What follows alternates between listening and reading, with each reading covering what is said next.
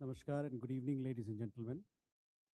I welcome you to this special press briefing on the ongoing state visit of the President of Finland.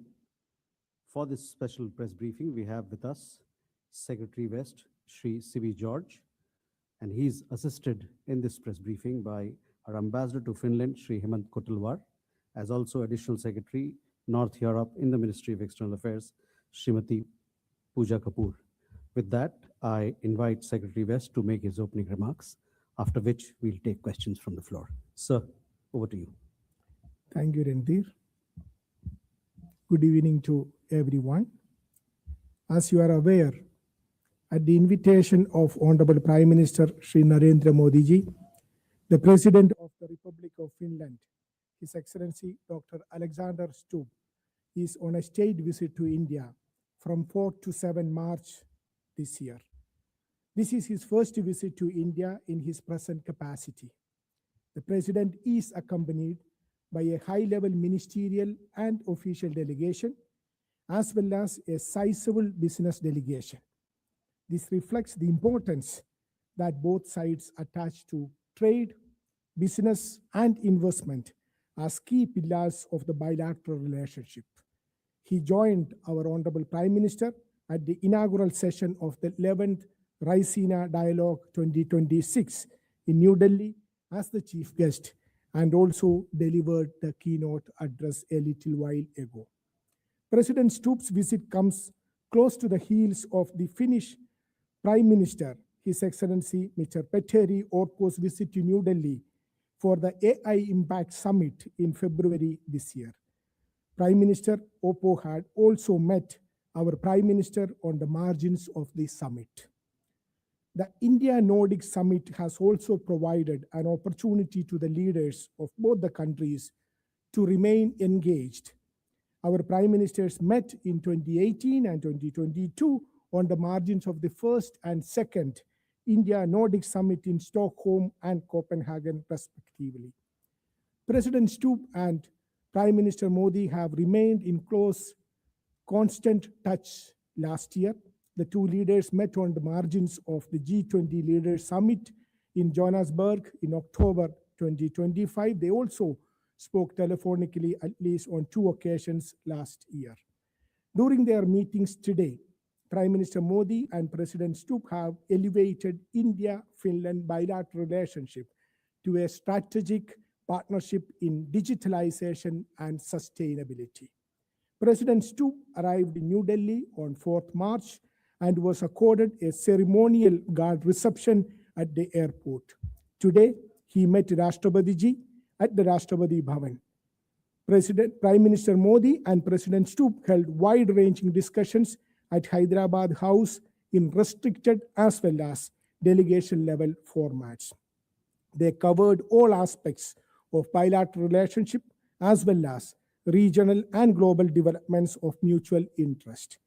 Prime Minister Modi hosted a luncheon in honor of the President.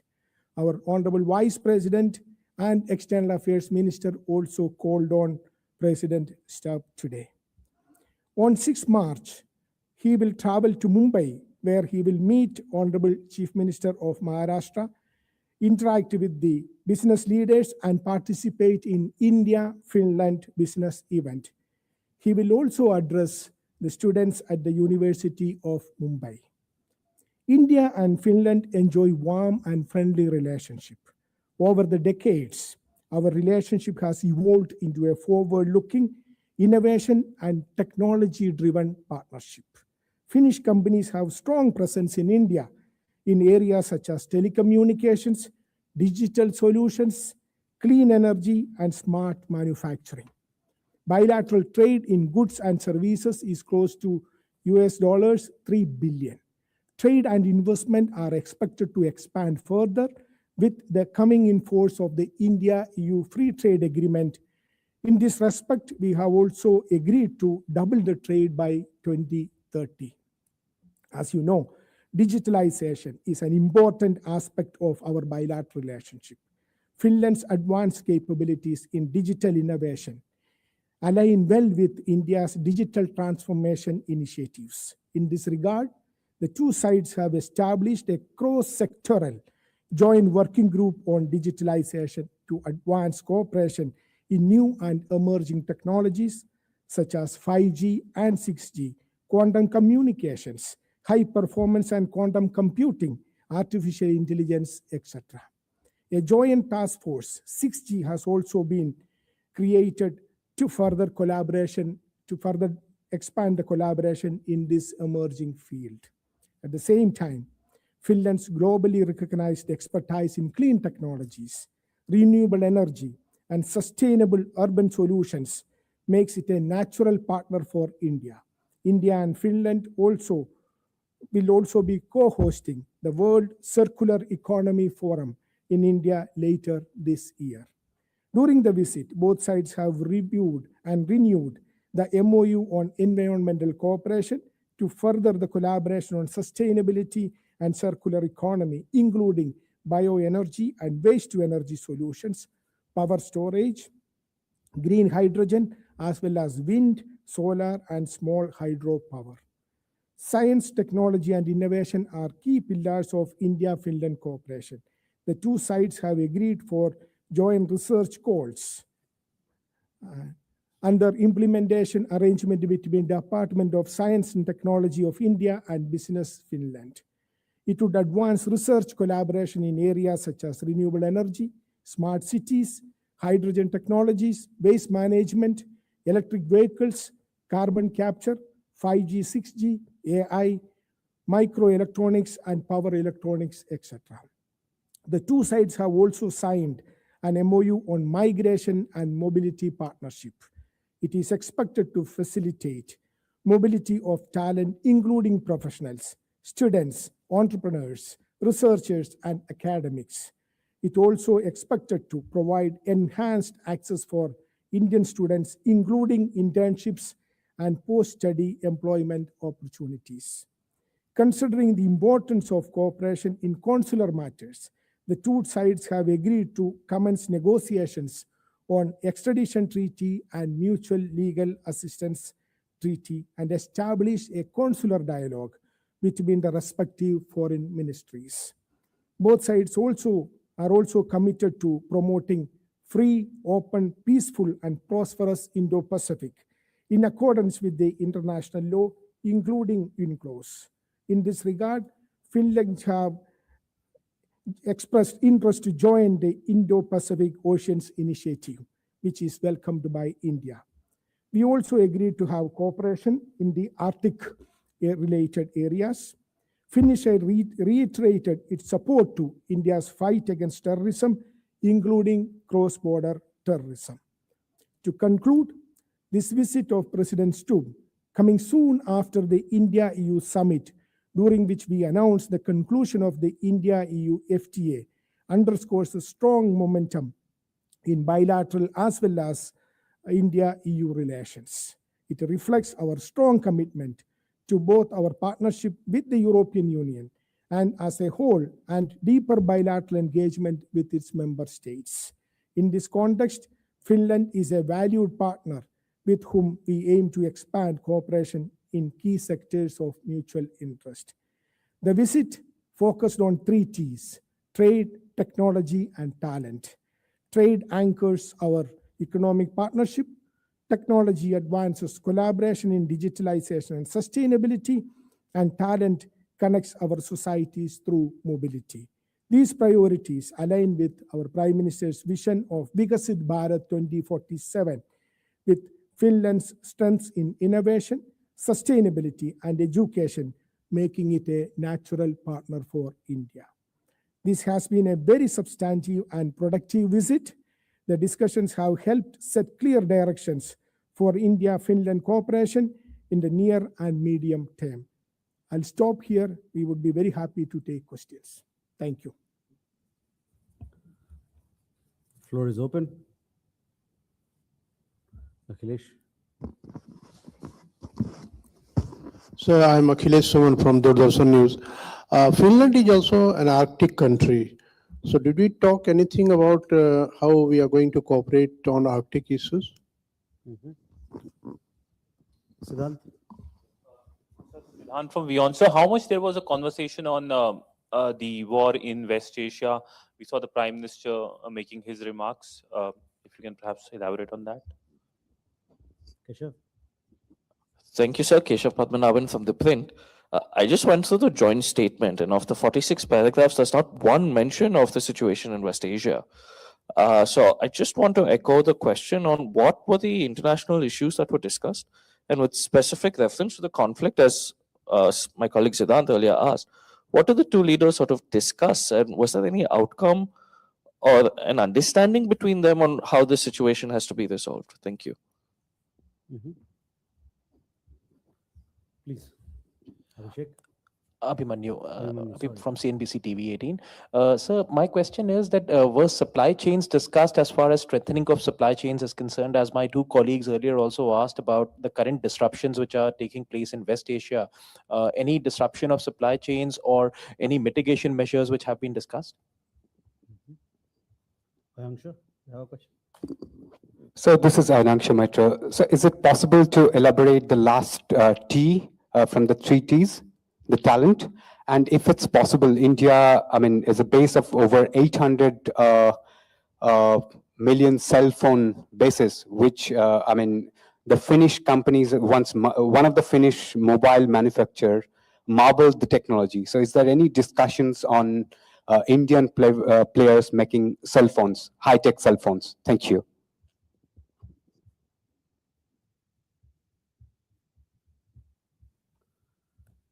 So we can take these questions. Yeah. Thank you very much.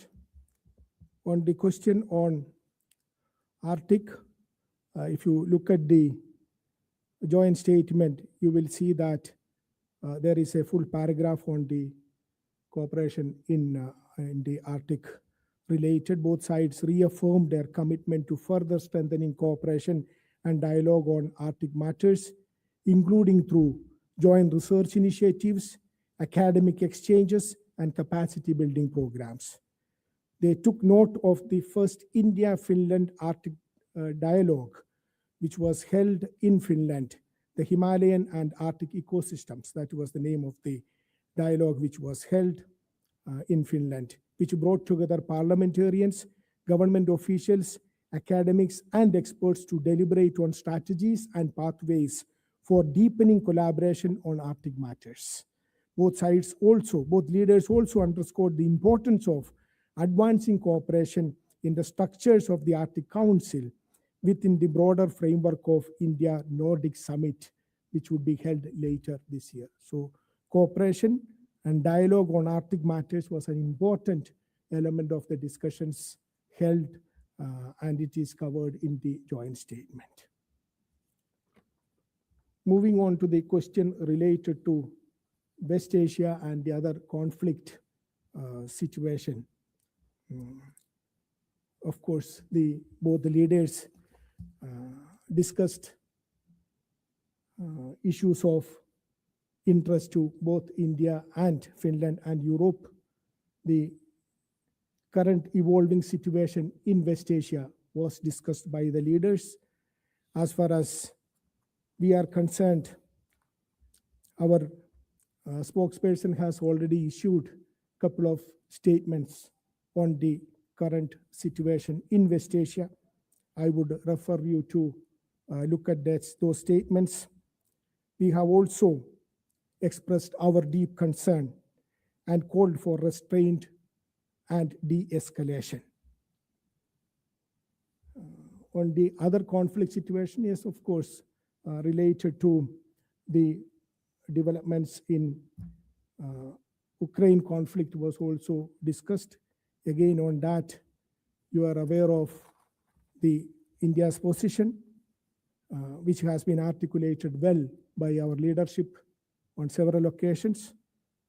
So the leaders had discussions on these conflict situations. Moving on to the question on supply chain resilience, disruption of supply chains. Yes, if you look at India-EU relations. In the last 2 years, one of the important topic of discussion was to see how to build a supply chain resilience. When it is disrupted, it affects the economy of all the countries in the world, including us. We have seen it happening during conflict situations in the past. We see it happening now. So how to strengthen, how to build resilience in supply chain is an important topic of discussion in the meetings that we held, and this was also discussed in the meetings here today. Now, the question related to 3 T's. The third T which I was referring to was talent. It is related to mobility. You know, we have, if you look at India has the largest young population in the world. And in the last few years, government has been taking steps to skill them. That skilled manpower of India is an asset to the world. So that is the talent. So when we talk about talent, we have already signed an MOU on mobility, MMPA we have signed, which is an important step in connecting the talent of India with the opportunities available in other countries. So this is an important step which was taken during this meeting. So I'm sure that it would help the youth of India to find employment opportunities in other countries, including in Finland. As you know, we already have 33,000 Indians in Finland, and most of them are young, working in the IT sector and in other high-end technology sector.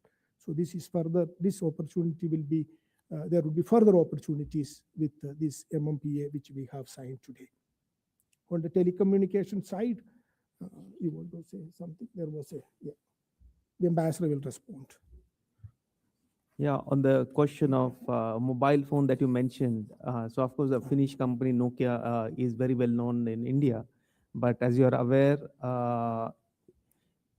over the last decade, Nokia has moved away from making mobile phones to making the networking equipment. In fact, if we see the 5G equipment that has been used by Indian cell phone providers, it's basically coming from Nokia. Of course, certain patents that were there of Nokia, so there are some startups have come out in Finland, and one of the startup has already started manufacturing in India. But it's at a very small scale, not like the old Nokia phone.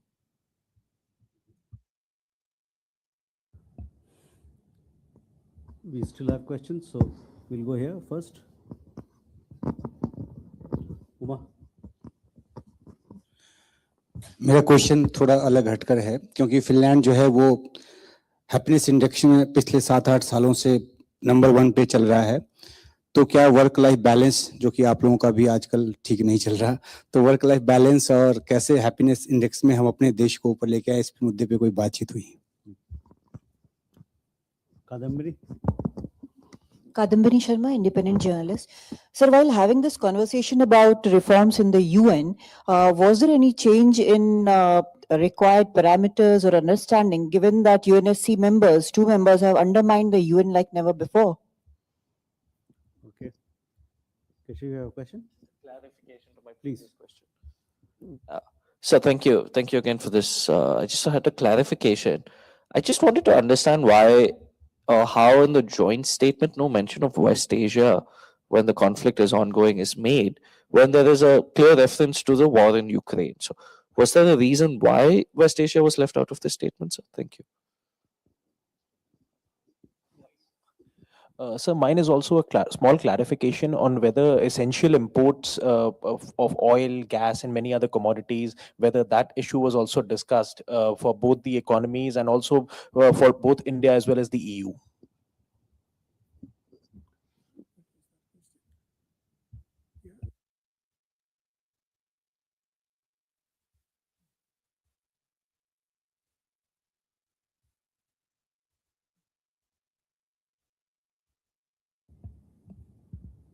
Sir, if you can respond to these questions.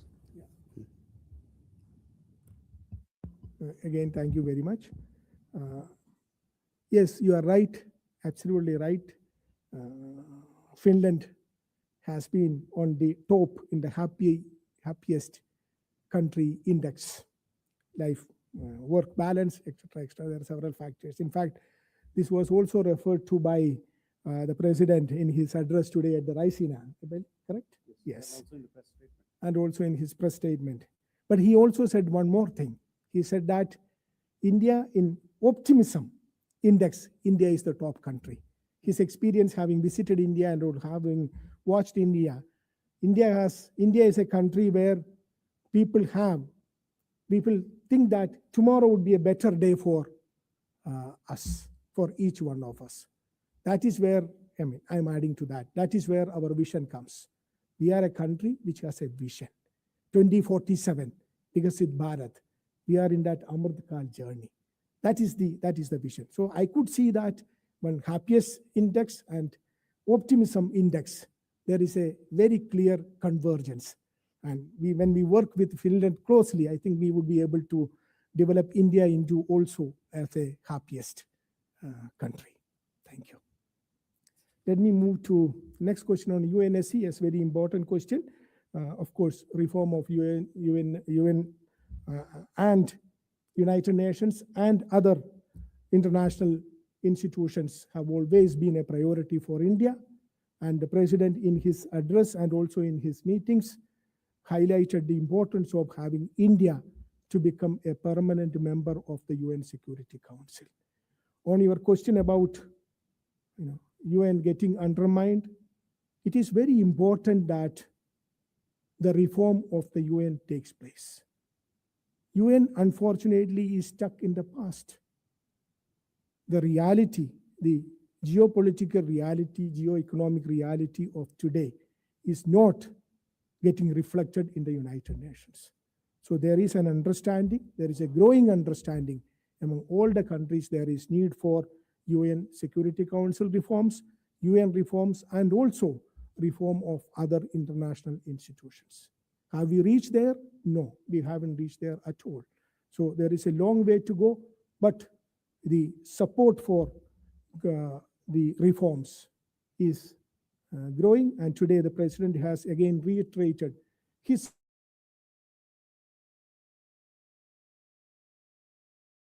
Thank you. Moving to the West Asia, I thought I covered that already. It was discussed in the meetings which our leaders have held today, and it's an evolving situation. Our spokesperson has already issued a couple of statements on that. I would refer to that. I'm also would like to mention that there is a statement by Indian Navy as well today. No? Yeah, there's a press release by the Indian Navy, which you can also have a look. Import of oil, gas, economy, again, our position on this have been well articulated by the leadership in the past, by Foreign Secretary recently, also in his press conferences. So I will leave it at that. We are monitoring the developments very closely. Thank you.